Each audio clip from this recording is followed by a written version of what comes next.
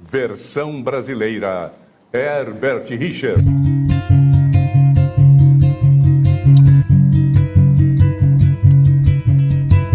Olá amigos, tá tudo bem com vocês?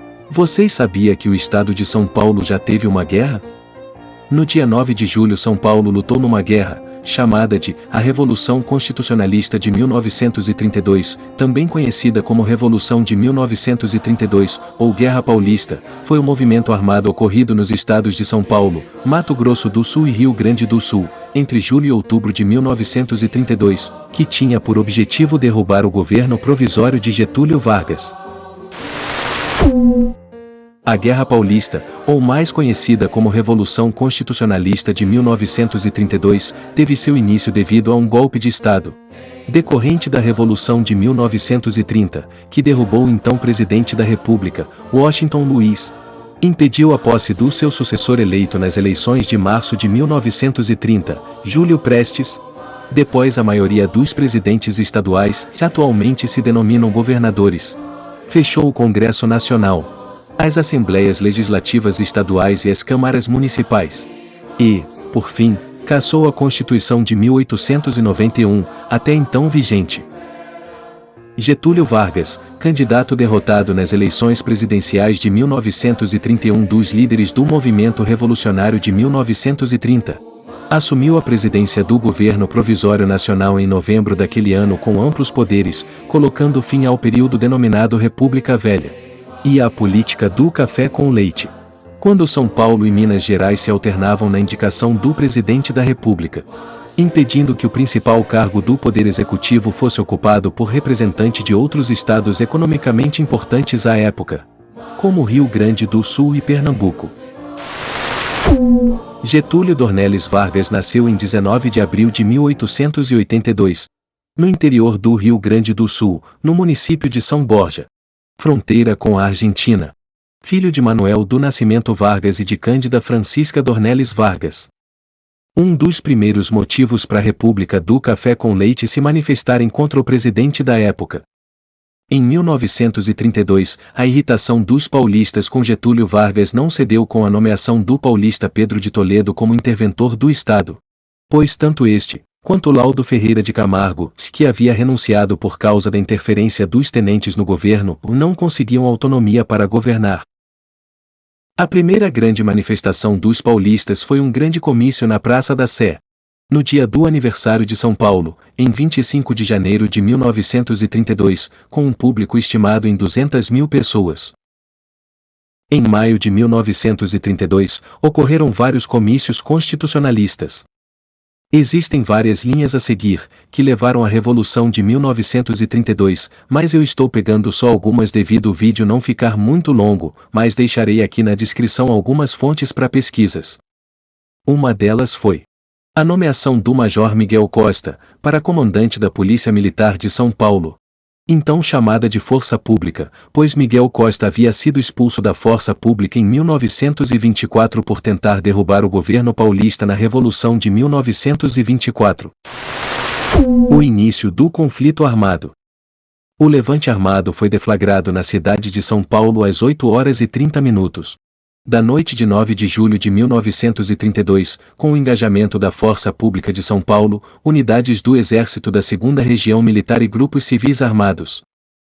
O telegrama enviado pelo então comandante-geral da Força Pública, o coronel Júlio Marcondes Salgado ao general Bertoldo Klinger, comandante supremo do Exército Constitucionalista, no dia seguinte ao início da Revolução, dá detalhes das circunstâncias em que ocorreu aquele evento político e militar. O levante iniciado na capital paulista envolveu a tomada das principais estações ferroviárias, quartéis, prédios públicos, da companhia telefônica, da sede dos Correios e Telégrafos, das principais estações do telégrafo, da Rádio Educadora Paulista, da Rádio Record, da Rádio Cruzeiro do Sul, além da sede dos principais jornais paulistanos. Ainda nas primeiras horas do movimento armado houve a tomada da guarnição do Aeródromo Campo de Marte, do quartel do 4º RI, sediado em Quitaúna e ainda da sede da 2ª Região Militar, então situada na Chácara do Carvalho. Porém, não houve resistência dessas guarnições em virtude da adesão das tropas remanescentes daquele exército que até então não haviam participado das conspirações para o levante. Quando deflagraram o levante revolucionário, os paulistas acreditavam possuir o apoio de outros estados, notadamente Minas Gerais, Rio Grande do Sul e do então estado do Mato Grosso, para a deposição de Getúlio Vargas e formação de uma junta provisória para governar o país até as eleições para a Assembleia Constituinte, agendada para 3 de maio de 1933. As frentes de combates. Setor Norte. Soldados paulistas no Túnel da Mantiqueira, em Cruzeiro. Trincheira paulista no Morro Frio, em Areias. Soldados paulistas em Silveiras. Canhão Schneider Canete 150 mm utilizado pelos paulistas nos combates. Voluntários na estação de Aparecida à espera do embarque para o fronte. Batalhão 7 de Setembro. O Vale do Paraíba, denominado pelas tropas paulistas como o setor norte de combate, era o principal acesso para o Rio de Janeiro e visto por eles como o principal teatro militar do conflito. O plano dessas tropas previa a tomada da cidade fluminense de Resende, concomitantemente aguardando a adesão de tropas mineiras do Exército e da Força Pública Mineira, a atual Polícia Militar do Estado de Minas Gerais, e, por fim, uma rápida marcha em direção à cidade do Rio de Janeiro, então capital do país, para a deposição de Getúlio Vargas. Setor Leste-Oeste. Essa frente de combate compreendia a região na divisa com Minas Gerais, a nordeste, norte e noroeste de São Paulo. Era defendido por tropas mistas destacadas, compostas por voluntários integrantes da Força Pública de São Paulo e do Exército. A organização do setor foi considerada como uma das mais instáveis naquela campanha militar, com sucessivas mudanças no comando e na organização das tropas. Nas primeiras semanas, os comandantes dos destacamentos respondiam ao Estado-Maior da Força Pública, então chefiado pelo coronel Francisco Júlio César de Alfieri.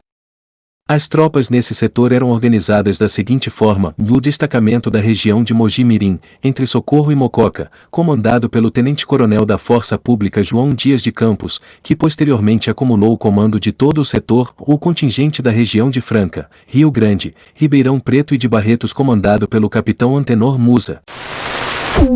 Setor Sul. Combatentes paulistas em Itararé fotografados por Claro Jansson, em julho de 1932. Soldados de um grupo de artilharia do Mato Grosso atuando na região do Rio das Almas, em Capão Bonito, Batalhão 14 de Julho em Itapetininga, cujos integrantes foram acadêmicos da Universidade de São Paulo e da Universidade Mackenzie. Tropas paulistas à espera do combate no setor sul. Trincheira paulista em Ligiana, próximo ao rio Paranapanema, no município de Campina do Monte Alegre. Interior de trincheira paulista na região do rio Paranapanema. Aspecto do avanço da infantaria paulista no setor sul. O setor sul compreendia a região fronteiriça com o estado do Paraná e no início campanha militar era defendido por tropas paulistas mistas, as quais respondiam ao Estado-Maior da Força Pública, a exemplo do comando exercido no setor leste. Blindados. Trem blindado.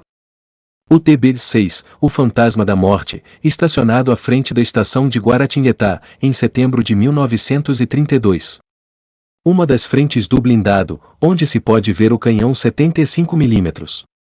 O TB-4 em Itapira. Um dos vagões do trem blindado, onde é possível ver a torre giratória da metralhadora Otski 7 mm.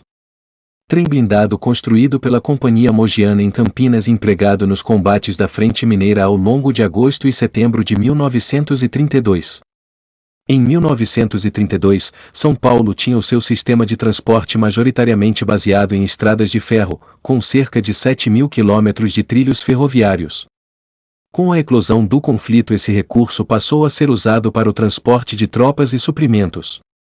Porém, logo no início os paulistas começaram a explorar o seu potencial bélico, dado o conhecimento das experiências bem-sucedidas na Primeira Guerra Mundial com blindados nesse formato.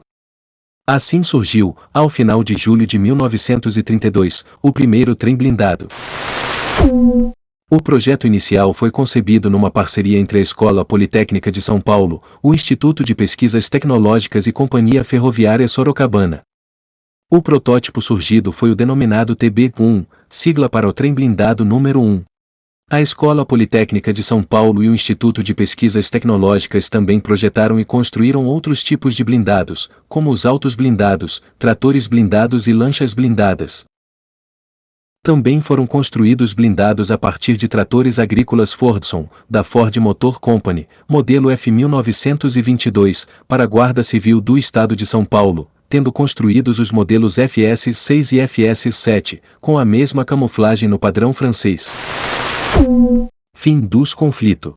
Em meados de setembro de 1932, as condições econômicas do Estado de São Paulo eram precárias, dado o cerco militar e o isolamento comercial. Além disso, as cidades do interior do estado estavam sendo paulatinamente invadidas pelas tropas de Getúlio Vargas e a capital paulista cada vez mais ameaçada pela ocupação militar. A asfixia comercial era em grande parte causada pelo bloqueio ao Porto de Santos, impedindo a remessa de suprimentos básicos à população do estado e também inviabilizando o reabastecimento de recursos militares às tropas constitucionalistas, o que tornava cada vez mais insustentável seu poder defensivo, que até então era viabilizado pelas contribuições feitas por seus cidadãos e pela mobilização de voluntários na produção e distribuição de suprimentos. Após alguns dias de negociação, no dia 2 de outubro de 1932, na cidade de Cruzeiro, foi enfim assinada a rendição e consequentemente dando por encerrado o conflito. As consequências. Ao fim do conflito, com exceção dos membros da Força Pública de São Paulo, os principais líderes civis e militares do movimento constitucionalista foram enviados para o exílio em Portugal. Entre os paulistas, as baixas são estimadas em mais de 1.000 mortos.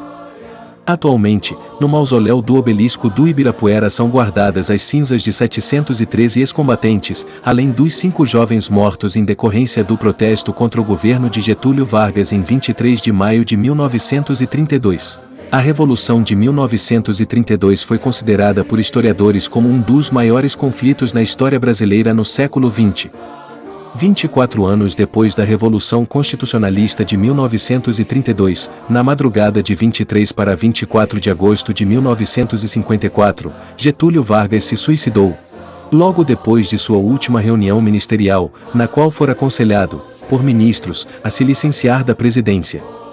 Getúlio Vargas cometeu suicídio com um tiro no coração em seus aposentos no Palácio do Catete, na madrugada de 24 de agosto de 1954.